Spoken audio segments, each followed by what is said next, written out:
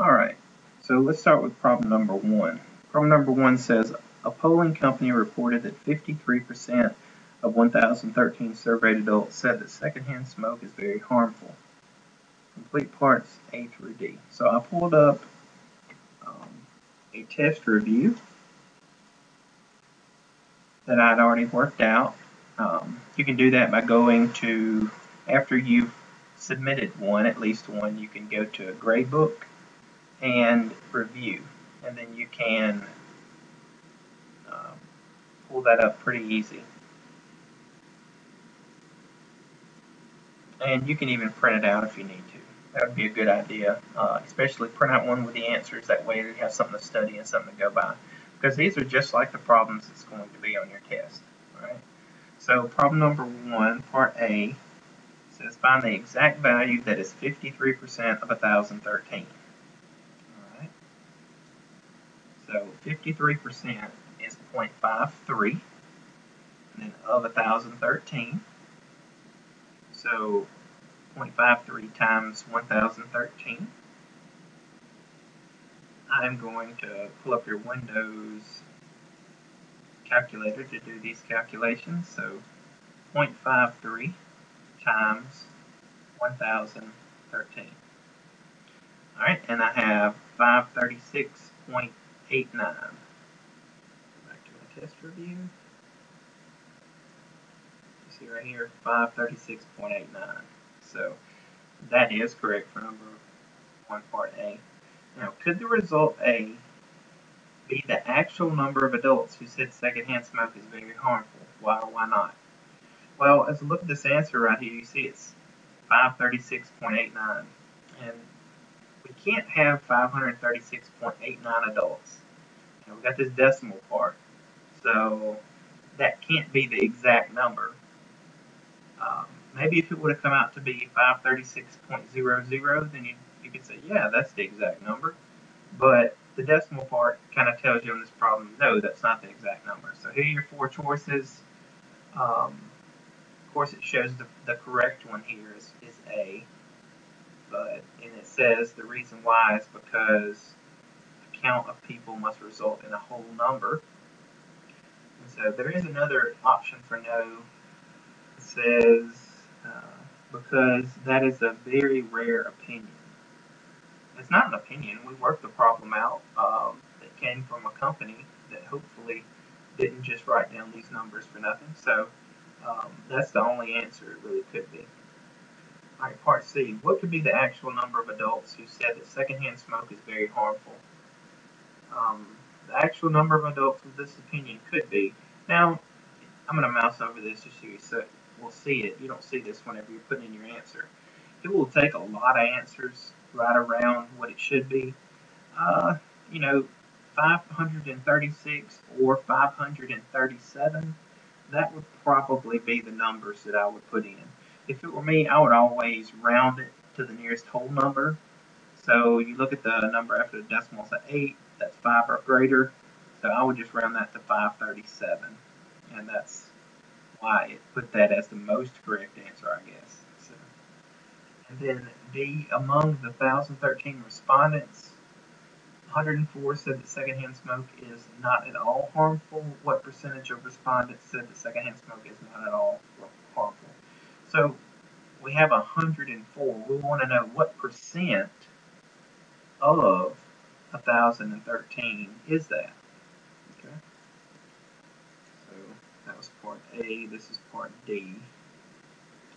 Okay. Please bear with me as I learn to use this tablet in my office. A, and this is D. So we want to find, let me pull that up again.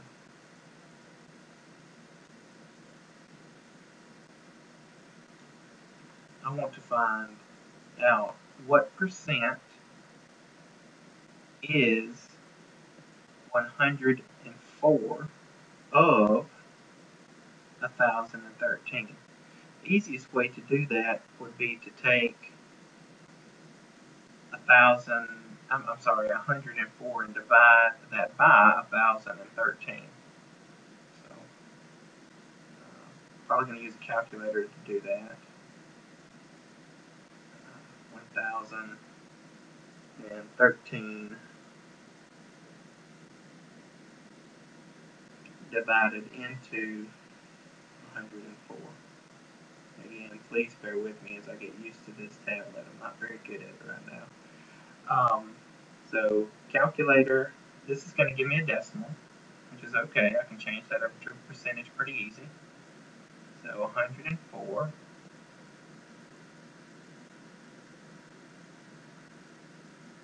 divided by 1,013. You see that gives me a decimal 10.2665. And we need to see what the rounding options are, what it wants me to round to. But I'll put 0.12665, 102665. Go back to this problem, and this says round to 2 decimal places. So this is the decimal here. We want to change it to a percentage. So that would be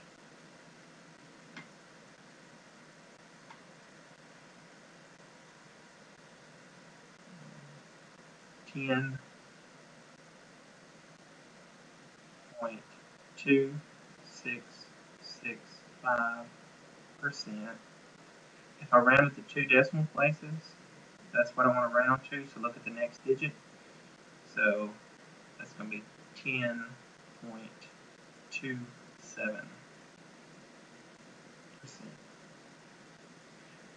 And that would complete problem number 1. Moving on to problem number 2.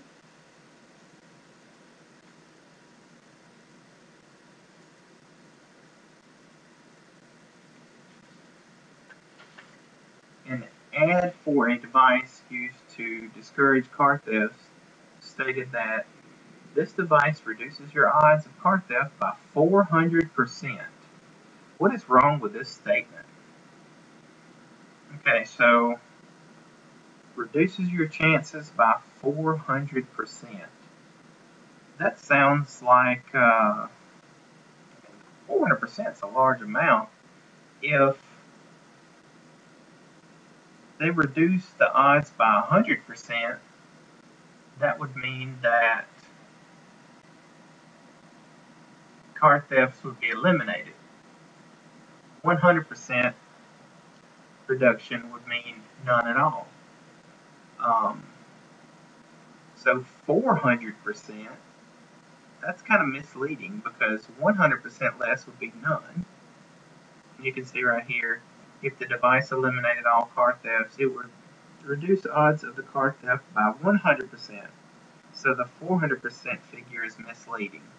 So they're just trying to put a big number there to mislead you to think that 400% would actually do more than reducing it by 100%. Which of the following is not a voluntary response sample? So think about voluntary response samples. What are those? Those are things that you have a choice to respond to. Like if you've ever been in a restaurant and you've seen the little cards where you can rate your service, well, that's voluntary. Yesterday, I was sitting around the house and I got a call from a number I did not recognize. I'm sure most of you have had this happen.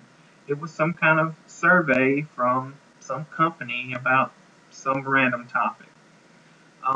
Those are all voluntary response samples. So let's see, which one of these is not a voluntary response sample? The survey is taken at a mall by asking passers-by if they will fill out the survey. Of course, you don't have to fill that out, so it's voluntary. Quiz scores from a college-level statistics course are analyzed and determined to determine student progress.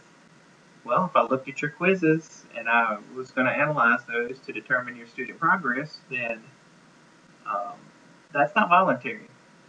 all quizzes or tests are mandatory in this class. A local dentist asks her patients to fill out a questionnaire and mail it back. Well, again, they ask you to do it, so it's voluntary. A radio station asks for calls and responses to questions concerning city recycling. You don't have to call in and respond. So again, that's voluntary. So the only one that's not voluntary here is B.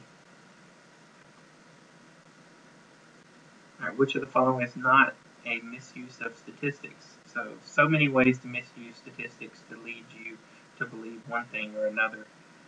Which one of these is not a misuse?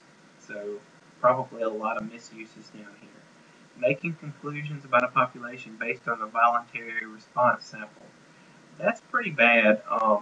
For example, let's say that you were the manager or owner of a restaurant and you just looked at the voluntary response samples of the little questionnaires on the table. Well, more than likely, if you looked at all of them, let's say you had 20 of them from 1 month or 1 week, and you read through those and every one of them was negative or almost every one was negative, well, yeah, they're voluntary response.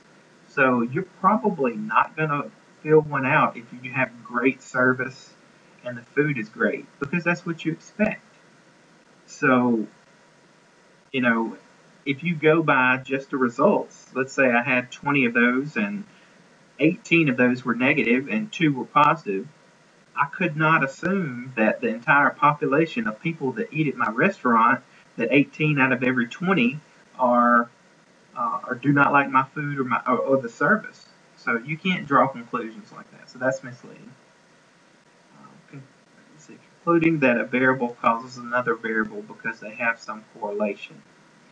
Um, that's not good either. You don't want to say just because X happens, then Y happens. Misleading graphs. Of course, that would be bad if it was misleading. Which of the following is not a misuse of statistics? If you look at a misleading graph, maybe where it puts one bar really big at 30 and then another bar really small at 10, then that's just a way to try to confuse people and mislead you. Utilizing valid statistical methods and correct sampling techniques. So if you're using something that's valid and you're using correct sampling techniques, then that wouldn't be a misuse of statistics at all. All right, survey questions may be misleading if they are loaded. What does loaded refer to? Choose the correct answer. Too much data? No. Um, Intentionally worded to elicit a desired response. So I know there are a lot of good examples in your book. One doesn't come to mind right now, but if you are to ask a question in a way that would cause the person to respond maybe how you want them to respond or in a certain way.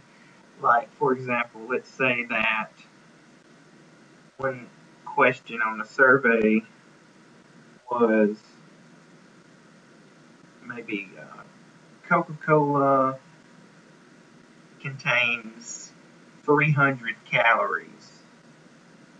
If you drink 5 Cokes a day, this will cause you to gain weight. Do you agree? Well, by putting that about the calories in there, that may tell some people that, well, maybe they don't understand about calories. Maybe they see, okay, there's 300 calories in one Coke, and they think that's a big number just because it's there in the problem. So that's one way to throw something in a question that may either confuse people or may make people draw their own conclusions about what drinking too much Coca-Cola would do to you. So there's ways to load questions like that to what your book says, elicit a desired response. Okay, and that's what loaded means. You put words in the question so that you get a desired response. Which of the following are not things to be aware of in the use of statistics? Are not things to be aware of in use of statistics. Okay, so effective sampling methods. Well, I'm pretty sure if you're using effective sampling methods, that's something good. Effective is good. If it would have said non-effective sampling methods, then yeah, that would have been bad. But effective is good. Missing data, of course you don't want to use statistics to have missing data. Non-response or order of questions in a survey, um, things like that you need to be aware of in statistics, because what if you start off with, like, this goes to order of questions. What if you start off with really hard questions and you use a lot of terminology and language that students don't understand at the beginning, maybe in your first 5 questions, or they're worded so they're really confusing, and then your last 5 questions, it doesn't matter how simple you make them, if you scramble somebody's brain on the first 5, then they're probably not going to pay attention very much on the second 5. So the order of the questions do matter. Again, which of the following are not things to be aware of in the use of statistics? You shouldn't be aware of uh, effective sampling methods. That's something good.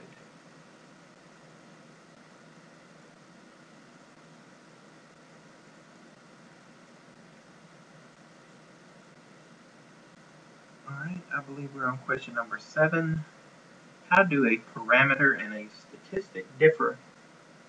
Well, remember, parameter goes with population, statistic with sample. I know in your textbook, you go over that pretty soon. You try to find out. I'm pulling up your textbook right now. It is right here in 1.3.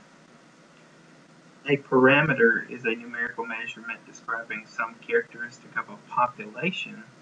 A statistic is a numerical measurement describing some characteristic of a sample. So an easy way to remember: parameter, population; statistic, sample. Let's go back to the problem and see what our options were. Parameter is a numerical measurement of a population. A statistic is a numerical measurement of a sample. So the other problem that had population for parameter said a statistic is a qualitative measurement of a sample. So no. The parameter and statistic are both numerical measurements. Parameter, population; statistic, sample.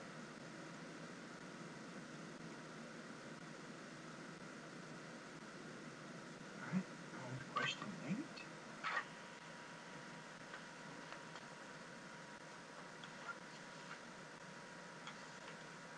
Determine whether the given value is a statistic or a parameter. A study was conducted of all 1,201 car owners in a certain country. And let's make sure I'm on the right problem. It should be number 8.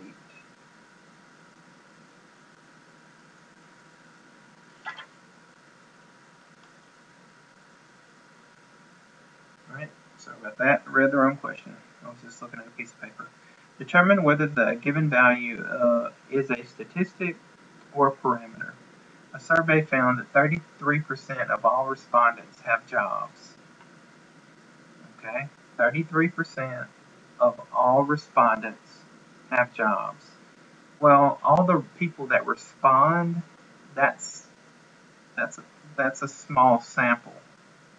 You know, that doesn't represent an entire population.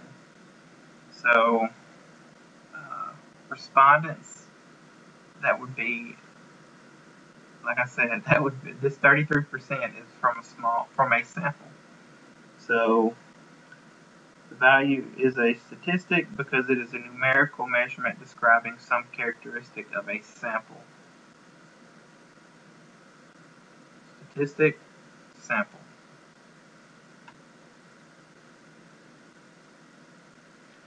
Determine whether the given value is a statistic or a parameter.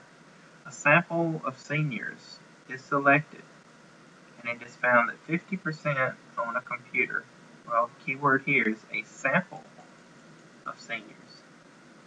So, sample, statistic. Statistic because the value is a numerical measurement describing a characteristic of a sample.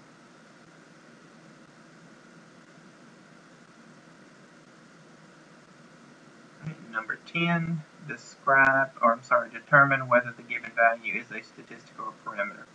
A homemaker measured the voltage supplied to his home on 42 random days. The average or mean value is 132.4 volts. Okay, so we don't have a measurement of every day. We just have a small sample of 42 days. So given value is a statistic because the data collected represents a sample. That is the first 10 questions of your review. The next file or video that I put up will contain the next 10 questions.